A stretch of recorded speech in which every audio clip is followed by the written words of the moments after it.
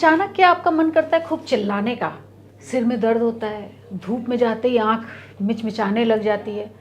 आपको क्या लग रहा है कि ये आपको कोई परेशानी है? दिमाग खराब हो जाएगा। या आपको लगता है कि आप बीमार ही नहीं हैं? ये सब हम नहीं बताएंगे। अपने मन से मेडिसिन भी लेना एक बीमारी है। ये इन सब ऐसे कई न्यूरो से जुड़े हुए सवालों के लिए आज हम पहुँचे हैं सर गंगाराम हॉस्पिटल और हमारे साथ हैं प्रोफेसर ईश आनंद जी, जो कई सालों से, अभी जब मैं आ रही थी तो लाइन से पेशेंट खड़े थे और कुछ पेशेंट्स तो यहाँ बैठे भी थे, उनको भी कुछ ऐसी ही परेशानियाँ थी। सर क्या है ये आजकल, किस तरह की परेशानियाँ बहुत ज़्यादा बढ़ गई हैं जो आपको देखने को मिल रही हैं? सर में हैवीनेस का इंसिडेंस है या इरिटेबिलिटी या स्ट्रेस का इंसिडेंस है, ये थोड़ा सा बढ़ गया है। और क्योंकि ब्रेन और माइंड एक दूसरे से कनेक्टेड हैं, जब भी माइंड अफेक्टेड होता है तो ब्रेन की बीमारियां बढ़ जाती हैं या ज़्यादा एग्रवेट हो जाती हैं। तो ये थोड़ा सा हम ज़्यादा देख रहे हैं जो माइंड रिलेटेड डिसऑर्डर्स की वजह से, न्यूरोलॉजिकल डिसऑर्डर का ट्रिगर होना हम ज़्यादा देख रहे हैं अभी। नहीं तो वो क्या चीज़ें हैं? जैसे सिर दर्द बहुत ज़्यादा बढ़ गया है लोगों में, अचानक कुछ लोग चिल्लाने की इच्छा होने लगती है। बहुत लोग तो कंट्रोल कर ले जाते हैं, लेकिन बहुतों को बर्दाश्त नहीं होता और वो अचानक गुस्सा हो जाते हैं, टेम्पर लूज़ कर जाते हैं। क्या ये सारी चीज़ें भी हमारे आम जिंदगी की जो है वो न्यूरो की प्रॉब्लम है और हम नहीं समझ पाते कि हम बीमार हैं? ये देखिए, इसमें जो है ना, कुछ तो लेजिटिमेट रिएक्शंस होती हैं कि जैसे किसी ने आपको कुछ बोला या कुछ कहा तो आपने उसको रिस्पॉन्ड किया और एक लेवल तक उसको रिस्पॉन्ड किया।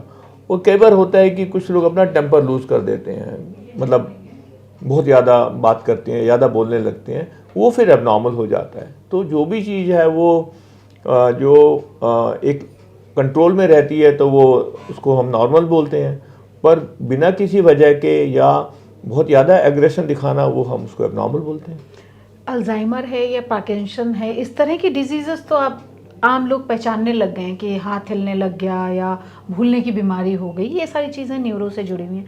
ऐसी आम जिंदगी से जुड़ी हुई कौन सी बीमारियां हैं जो हमें समझने की ज़रूरत है, हमारे दर्शकों को समझने की ज़रूरत है कि ये जो है ये न्यूरो से जुड़ी समस्याएं हैं और इसके लिए अब हमें डॉक्टर के पास चले जाना चाहिए?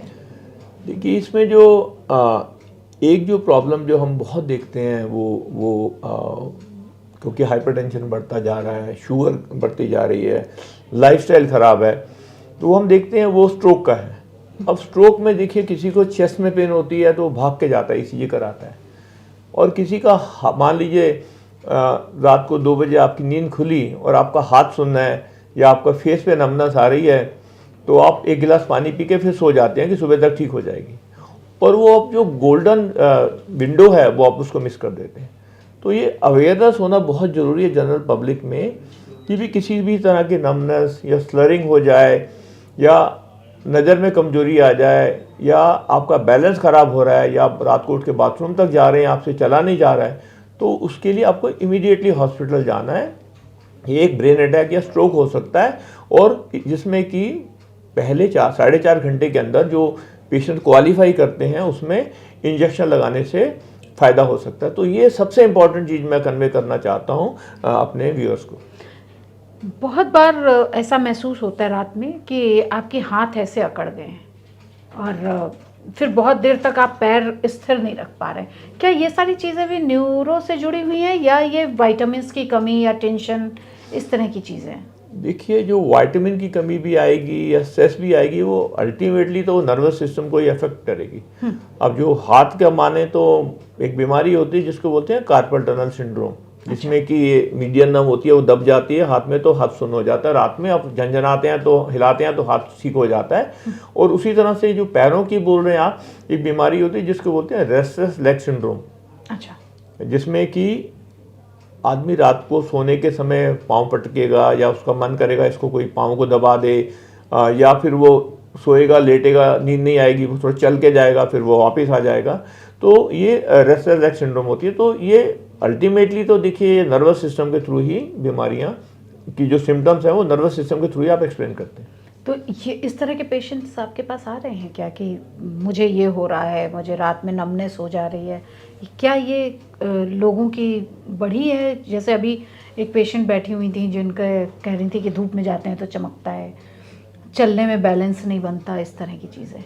देखिए, ये तो बीमारियां हम देखते हैं तो ये पहले भी ऐसी बीमारियां थी, अभी भी ऐसी बीमारियां, तो उसमें मुझे नहीं लगता है कि बहुत कुछ फ़र्क आया है, क्योंकि अब इतने सालों से, मुझे गंगाराम में ही 27 साल हो गए हैं, जी। तो इतने सालों से इतने पेशेंट देखे, तो कोई ऐसा मैं नहीं ट्रिगर बोलूँगा कि ऐसा कुछ नहीं बोलूँगा कि अभी ये चीज़ बहुत याद आने लग गई, पहले तो कम आती थी, ऐसा तो नहीं मुझे लगता है। आते हैं पेशेंट्स, अब सारे इंडिया से यहाँ पर पेशेंट दिखाने आते हैं, डिफ़िकल्ट केसेस दिखाने आते हैं, तो हम सब तरह के पेशेंट देखते हैं। अच्छा, मोबाइल का यूज़ बहुत ज़्यादा बढ़ गया और उसको जो है बहुत सारे देशों में अब मोबाइल यूज़ को बैन किया जा रहा है, बच्चों में ख़ासकर, और वार्निंग लगाई जा रही है, जैसे सिगरेट पे वार्निंग लगी होती है कि भाई ये धूम्रपान निषेध है, इस ज़्यादा सेवन इसके लिए सरकार, वैसे ही स्पेन में अब बड़ा कदम उठाया जा रहा है कि अब मोबाइल के बॉक्सेस पे वार्निंग लगा दी जाएगी बच्चों के लिए, और कई देशों में तो बैन कर दिया गया है बच्चों के लिए। आपको क्या लग रहा है कि देश में क्या ये सिगरेट जैसा एडिक्शन होता जा रहा है हम लोगों को?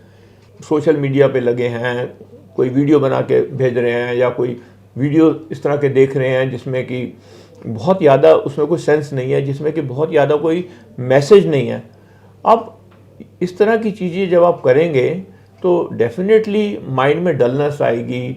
जो माइंड जो है ना, मान लीजिए किसी एक आदमी को आपने कमरे में बंद कर दिया 1 महीने के बाद, तो वो आप महीने बाद देखेंगे तो वो बहुत कमज़ोर, पतला और बहुत मानसिक रूप से वो तंदुरुस्त नहीं होगा।